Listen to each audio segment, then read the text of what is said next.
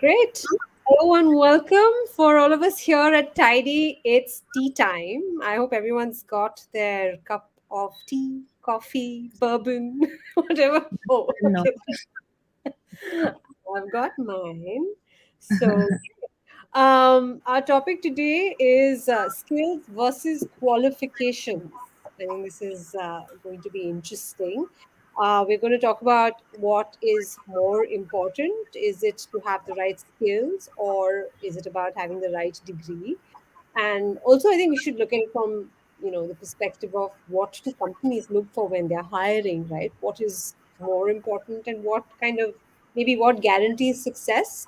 So I think we're going to break this apart a little by little. Let's keep it healthy. If anyone has very strong viewpoints, we usually do. So with that, I'm going to do an inky pinky ponky and say, Soumya, why don't you get started? What's more important, skills or qualifications?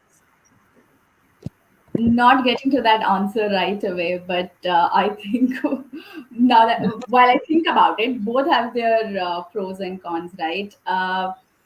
For me, when I think about it, skills, at least when good 10 years ago, when I did my graduation, I knew how important that post graduation was. I know how much my parents pushed me for it. They said that, you're not going to climb up that corporate ladder.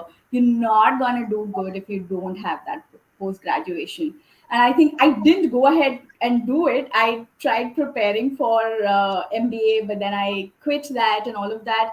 But I always, for I think the good first 5 to 6 years, carried that thing that because I don't have a postgraduate degree, it's going to affect me in some way.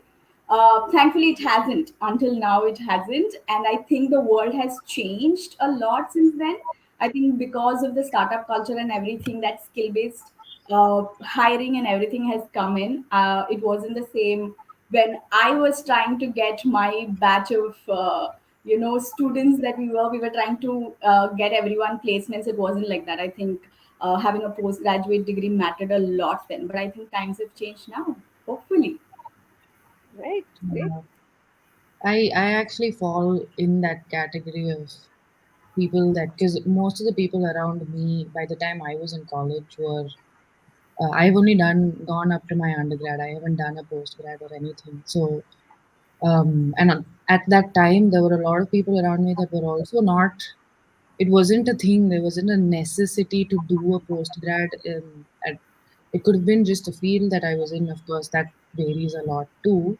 Depends on what you want to study and what you want uh, to do. But for me personally, it has been. I have been subconsciously, I guess, just focusing on the skills. I haven't studied for over 6 7 years now, and I don't even know still. I do want to today up a little bit, maybe get another diploma or something like that, but as a qualification need, I don't see the I feel like skills for me are a bit more important than qualifications at the moment. Yeah. Debbie, you go. Don't ask me. Okay. Oh, why? No, I'm happy to go next. I'm happy to go next. The funny thing is, for me, if you'd asked me the same question, say maybe 15 years ago, then I'm kind of giving away my age. But if you asked me the same question 15 years ago, I would have said qualifications really, really matter a lot. But to your point, Soumya, I think things have changed considerably in today's world. And I'd like to think it's going to keep changing towards, and it's going to weigh more heavily towards people who are lifelong learners versus people who've just spent those 3 to 4 years, getting that degree, or the many thousands of dollars getting that degree, right? So I think that's where I'm at. But that does not mean that the degree doesn't count for anything. I think the degree is still very, very important. Yes. Whether it is undergraduate level, I think up to a certain point at least, that degree is extremely important. And then after that, it's all about skills that you've adopted or picked up while doing your degree, and then going forward in life, all the skills that you keep. Like I said, are you a lifelong learner? Do you have other skills that are required to be successful in the workplace? And that's where I stand. I mean, it still worries me also. The not just having an undergraduate does bog me down a little bit. I do want more under my, to have more of those qualifications for sure, because it definitely is uh, very beneficial for your career growth. It's not that you can sure just keep rising up with your skills, but having qualifications, because it's a much broader learning tool as well, right? Skills are just I can just do a course to learn, I don't know, Photoshop, and that's a skill I picked up. But if I want to do an entire design thinking course, sure, I can find that online as well. But to have that certification in hand definitely holds value. Yes. Sorry, Yeah, Kiran. I think you're talking about that stamp, that It's just authenticity. yeah, it does yeah play a role for sure, for sure. Kiran. I very vividly remember this. In my 10th grade, I said I will never do a postgraduate because it's an absolute waste of time. Um, and I've kind of stuck to that ever since. I obviously didn't do my postgraduate. I started working 20 years ago. And I don't think there's ever been a reason why not having a postgrad has not given me a specific opportunity. I've worked in 3 continents now. And so, I don't think it matters. And today, as an employer, as a founder, as an entrepreneur, I would never hire someone for their qualifications over their skills. I would never hire anyone for their qualifications over their ability to learn, like what you said, Devi. And I feel the more qualifications you have, the less interested I'm going to be in you. Oh, really? You're going to take it that far? Yes, a hundred You have percent. a PhD. I am not interested in you. I think so. At least in the space that I operate in, there may be relevant requirements for a PhD in another space. But in the space that I've operated in all my life, um, the more qualifications you have, the more blinkered you are. Your thought process is very systemic. Your thought process is very linear, and it does not lend to a person who can actually take on more than they're supposed to, or who can do more than. I want to dig deeper into that, right? So basically, you're saying if somebody is really qualified and has found that, and especially if you're talking about somebody who's gone on to do, say, for example, a PhD, right? You've picked a subject and you've really decided that this is what I want to specialize in. Yeah. You would not be interested in, hiring such a person for, your wherever you're hiring at. But then would it also isn't that a generalized view that this person would be blinkered? Because at the end of the day, some of the most cutting edge research usually comes from people who've dedicated their lives to, say, one subject, right?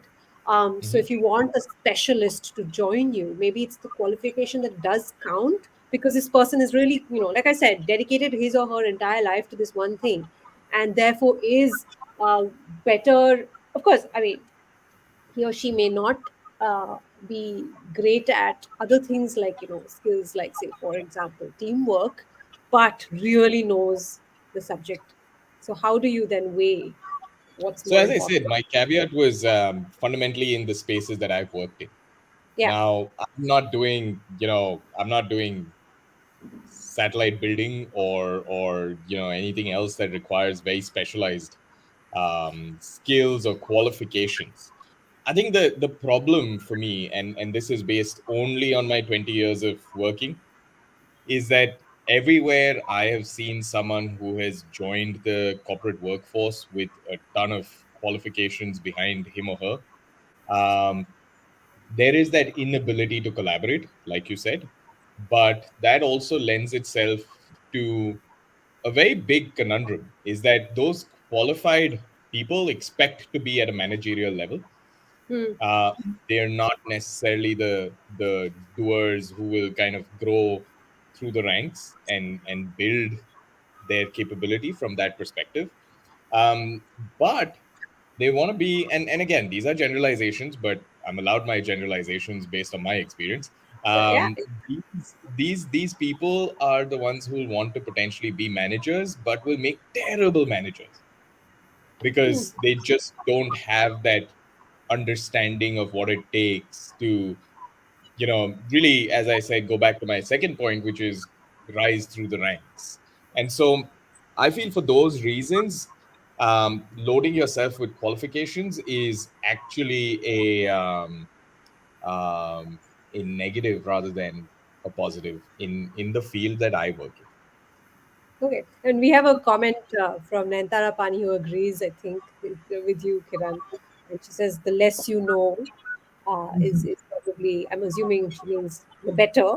Um, do you agree, Soumya and Pooja, that, the more qualified you are, the harder it is for you to be part of, your a company's growth story, for example, right? That's what I'm also seeing, because I guess is the assumption that you're more individualistic, perhaps. No, let me qualify before they can actually comment, right? So the reason I say that is if you look at a linear path of two different people, one who's gone down the path of qualifications, has like a bachelor's degree, undergraduate, then goes on to do a postgraduate, goes on to do a PhD. There are some people who just love learning and doing Mhm. education, so they'll kind of keep building on those qualifications.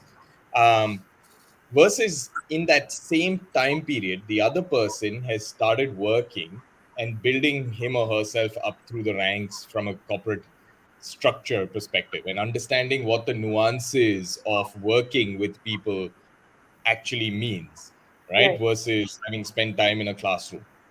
So that I feel is a huge disadvantage for the person who spent time in the classroom because they have not had that same experience that the other person has who has spent time working with others, collaborating, the politics, the all the nonsense that goes on in the workplace, right? Dealing with all of that and understanding how to kind of navigate yourself through the entire organization to position yourself. All of those learnings happen during your early years in the workplace. And so, if you're talking about two different people, both born at the same time but go through two different paths, that is fundamentally the problem. Hmm. Through to I think Soumya. I wouldn't. Yeah, I think I hear you, Kiran, but I wouldn't completely agree in that sense. I think it's also a reflection of how it was rather in the society where we really give a lot of credit to people who probably passed out of these branded educational institutes, right? Those real big brands. And I think it all comes from there. Once you are out of that college, you naturally expect to start at a managerial level. That's the kind of course that you end up taking. And I think that influences a lot of our perception. But I feel like exposure, whether that comes from starting your work early by probably finishing your graduation, starting your work, or whether you get into a college that gives you a exposure, I think where that exposure comes from also can be important. I think I don't think that where college can give you that exposure. I'm sorry. I said, I don't think that college can give you that exposure, which is similar to the workplace. Which is interesting. Is that a failure of the education system, or are you saying that colleges just can't give that to us? They just can't because it's not the way it works, right? And education is you sitting and learning. Right now, yes, they will try internships, interspersing, classroom sessions with like going and doing an internship for a month or two. It's just not the same because you are there for a specific period, maybe 2 months, 3 months, whatever it is from an internship perspective, but you're not really understanding the corporate dynamics. And the corporate world is a beast, right? You really need to understand the dynamics of this beast in order to navigate it.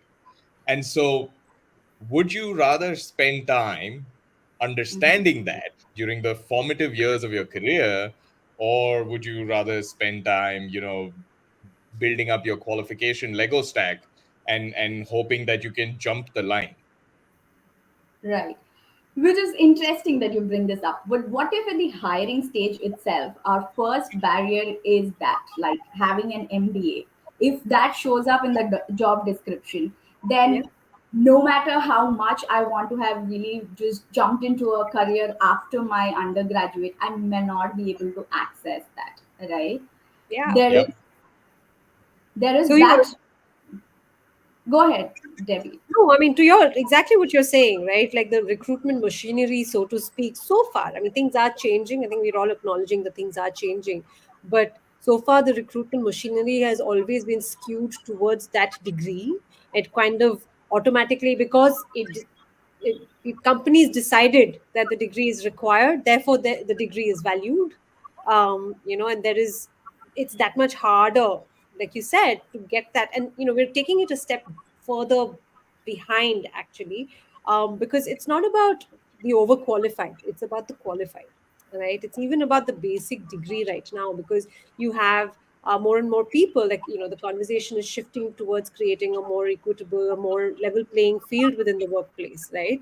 So is it about, can I, if I say, for example, did 4 or 5 Google courses or Coursera courses or Udemy courses or what have you, will I be considered for the same job and as qualified or skilled to do the same job as, say, someone else who's done a master's in the same thing from a I think known brand? that's a really important nuanced point, and the reason I say that is because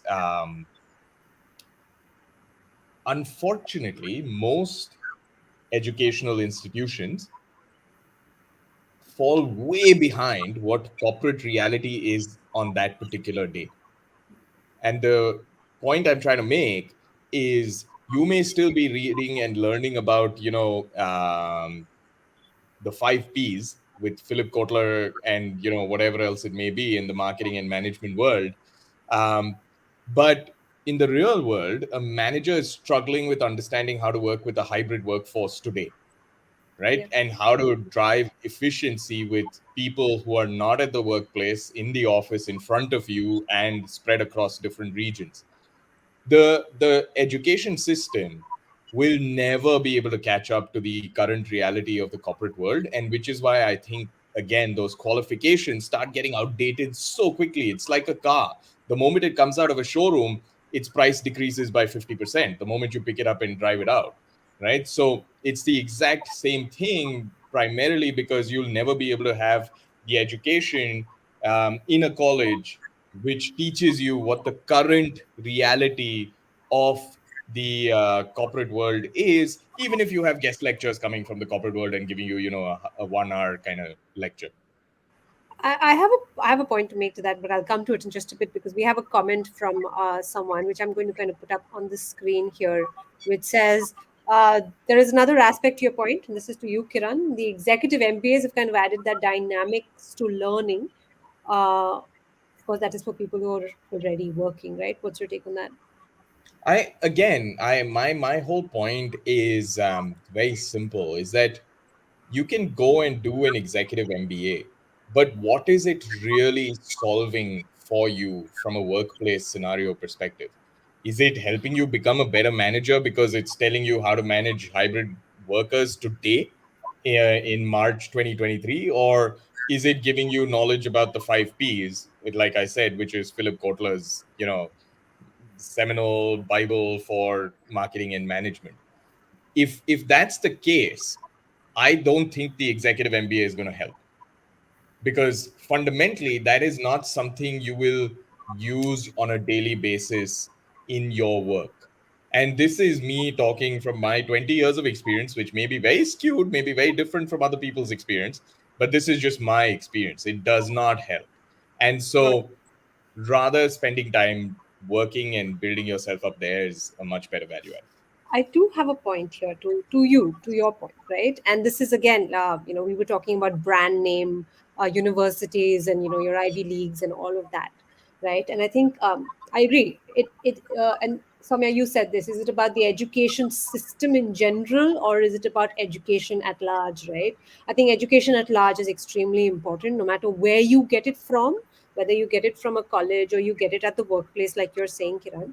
But one thing that educational institutes, especially, case in point, executive MBAs do for you is give you a ready made network. And I think that is a huge gift in itself, right? Because the minute you've done your master's or whatever it is from a Harvard or an IIM or an IIT, suddenly you are amongst a group of people who will go on to, who are automatically set up for success. Let's put it like that. Who have all the chips in the right in their corner already. That advantage you won't get. I mean, sure, it depends on your personal skills as a networker, right? But you won't get that at the workplace. Yeah. So a very good friend of mine, who went to one of these Ivy League colleges, when I decided to start working, he comes back after year one and he tells me, Kiran, this is a $250,000 cover charge for a party, right? So it is basically a party, because in a party you will meet people and you will start making new acquaintances and you'll start building that network, but you're not getting much else out of it. The network is phenomenal, and if you're good at kind of really building on it, then kudos to you, and that's what you're paying for, to your point. But it's not really the qualification. So what would you pay that for? As long as you can pay it, it's for that network that you're going to build, which will hopefully kind of help you grow in your career over a period of time, rather than the actual lesson that you learned in that particular college.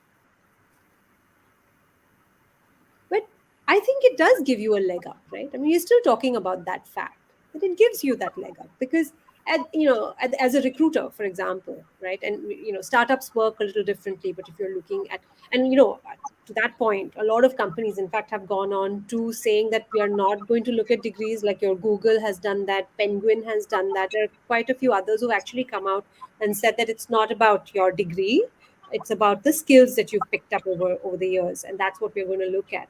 But the reality is, tomorrow, if you have two CVs presented to you, one from, say, let me pick the most well known, which is someone who's done, some whatever at Harvard, versus someone who's not and has probably gone straight to working, straight after doing, say, for example, after finishing school and went straight into the workplace because that's, what the circumstances that this person had. What would you do? Go with the others first. I'll answer. Let's ask Pooja what her decision. Yeah. Okay.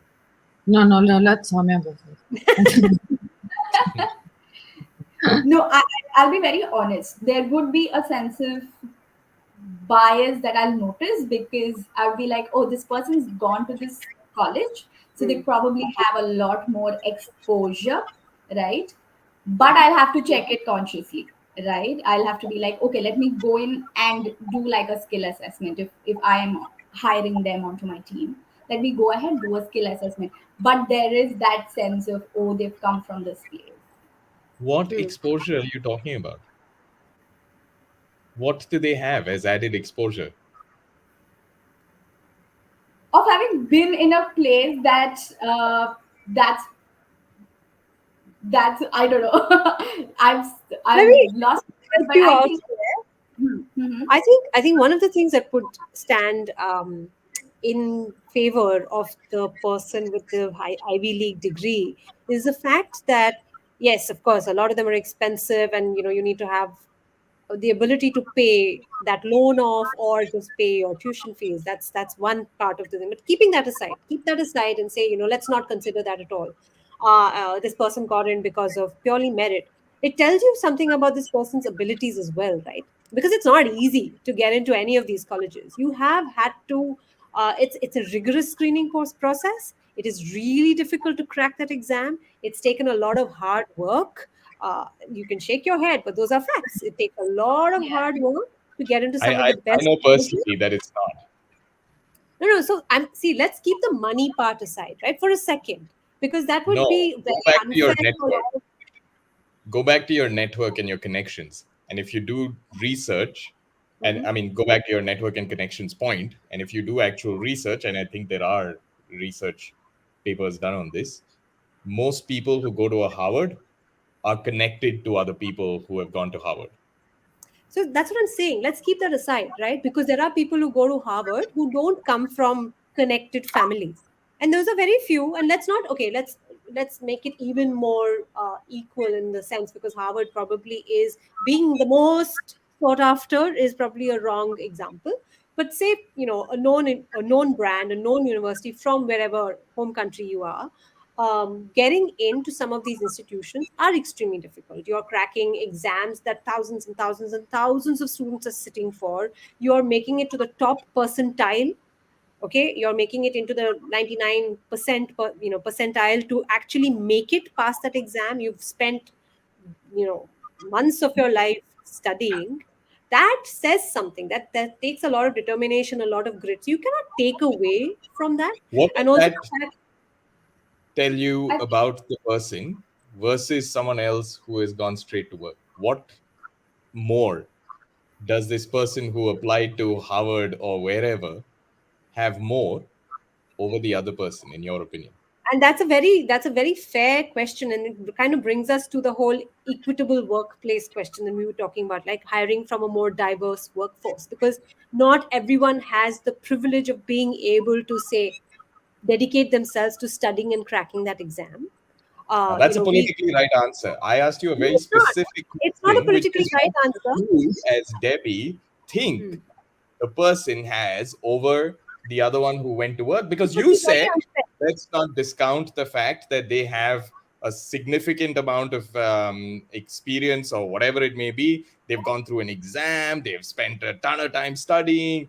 So what, in your opinion, does the person A who's gone to Harvard have over person B who has started working at that same time? It tells me something about this person's dedication to education. And I cannot dismiss the fact that education in itself is important up to whatever degree you choose. We want lifelong learners, right? We all want, I mean, at least within the people I know, people are constantly learning.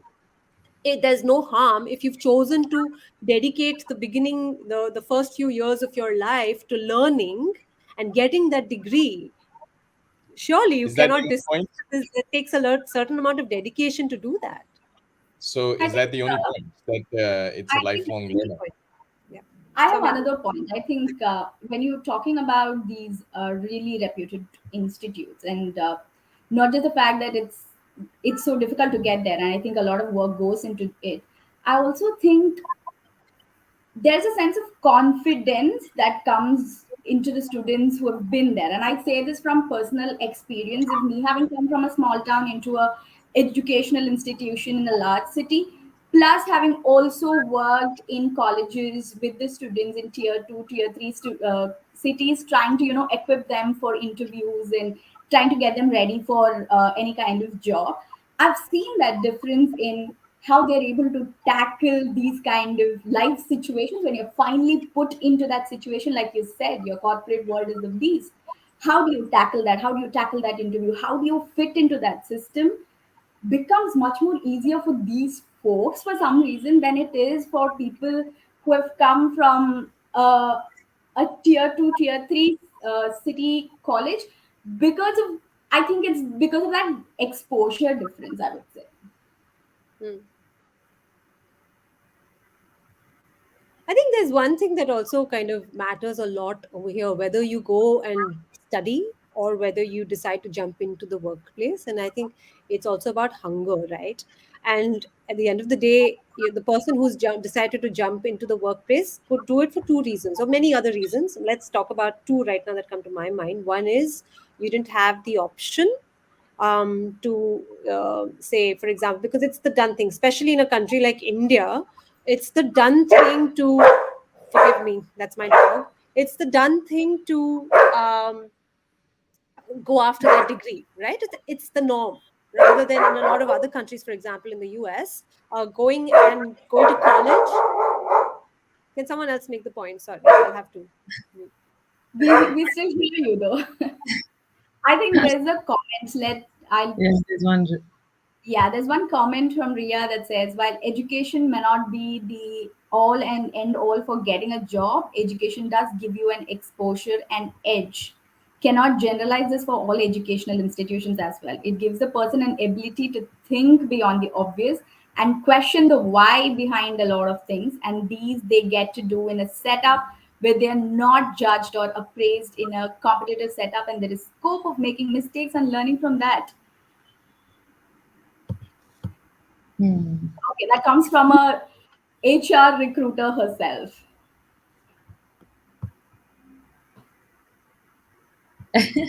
She's just quiet. I Kiran. don't know.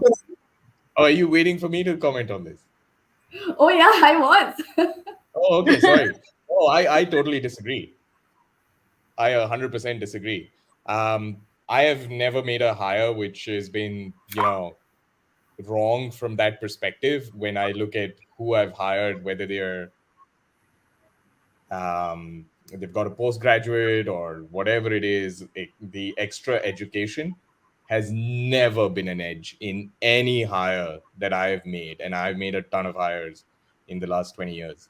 The extra education has never been an edge.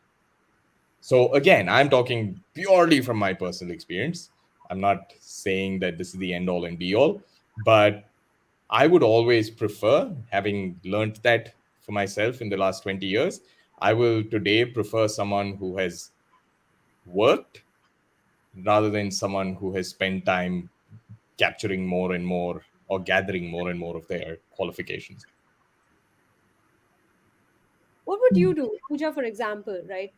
I know you mentioned that you've done your undergraduate. Would you go and, given the opportunity, and say, all things fall into place, would you go and get a higher qualification? Now, yes, after working for some X amount of years, for more than, yeah, about 7 years roughly, yes, because I think being in the creative field and having all of the exposure, I've worked in multiple companies, I've learned so much about just graphic design, and I'm now dipping my toes into a bit of web design. I do want to, and I've personally never been good at academics. I've just never been that person who is the top of the class or any of that. So once I finished my undergraduate, I was already sure that I wanted to learn, do an internship, pick up skills on the job before I put money and time into studying something else that I'm not sure I want to even do. Like what is that skill that I want? What is that qualification that I want? And now today there's so many different types of courses and certifications and degrees, and it's so niche and it's so broad, right? Like I just couldn't tell myself that this is what I want to study and this is how I that path was hard for me to create at that point, and I was okay with that, and I had the support to not do further education, and I feel it did help me a lot just working all these years. But as a creative, I think it will help me get a little bit more education in learning, because it's just learning a lot more practical um, skills. Like there is still only so much I can learn on at in a job. I'd be pushed a lot more if I were to do a course for to I so think that's yeah. a very, very good point and a very good place for us to kind of wrap up the conversation. I think we have a lot, many more things to say. I didn't even realize time is up Yeah. on this. So thank you, Kiran, for pointing that out. But what you said right now about, having that dedicated time to focus on building skills is something that you don't always get within the workplace. Again, it varies from, what you do, skill to skill, specifically if it's technical, for example, right? Being able to carve out that time in your work week to be able to do that, that's something that, is not always available to everyone. And I think that's a good place for us to end, because maybe that's what people have to look at, companies have to look at when hiring and when recruiting, right? How do you become more intentional about who and how you are hiring. Are you looking at the degree? Are you looking at the skills? Are you looking holistically at the person who's presented his or her resume in front of you? Because at the end of the day, it's never apples to apples when it comes to people. It never is, right? So I think that is important, and there is a lot that you should be that you will learn within the workplace, and you'll never learn in a university. But then there is something that you will learn in a college that you might not get within the workplace, right? There is an environment of learning that you might not get in every workplace. Maybe companies need to change that about how they create opportunities for learning, right? I think um, just to end it off from my perspective, I would always give more importance to someone who is doing Coursera courses through their work life. Coursera is just an example, yeah. than spending time inside a classroom. Hmm. That's you, that's fine, and you're allowed to have that in place. And I think, again, as a company, what is important to remember is, like you said, you made this point earlier, degrees, it's like a car. It's diminishing value over time, which is true. At the end of the day, that degree is going to get outdated and probably irrelevant, especially in today's world that is changing so fast. So how do you ensure that we are learning constantly? And within the workplace, again, how do you create an environment of learning? How do you keep skilling, reskilling, upskilling your people, and allowing them that time to dedicate to learning rather than expecting people to just do it all, right? Great. On that note, it's that's all from us on Tidy Tea Time. Catch us again next week, Thursday at 4 p.m. with a brand new topic. Until then, it's goodbye. Thanks, guys.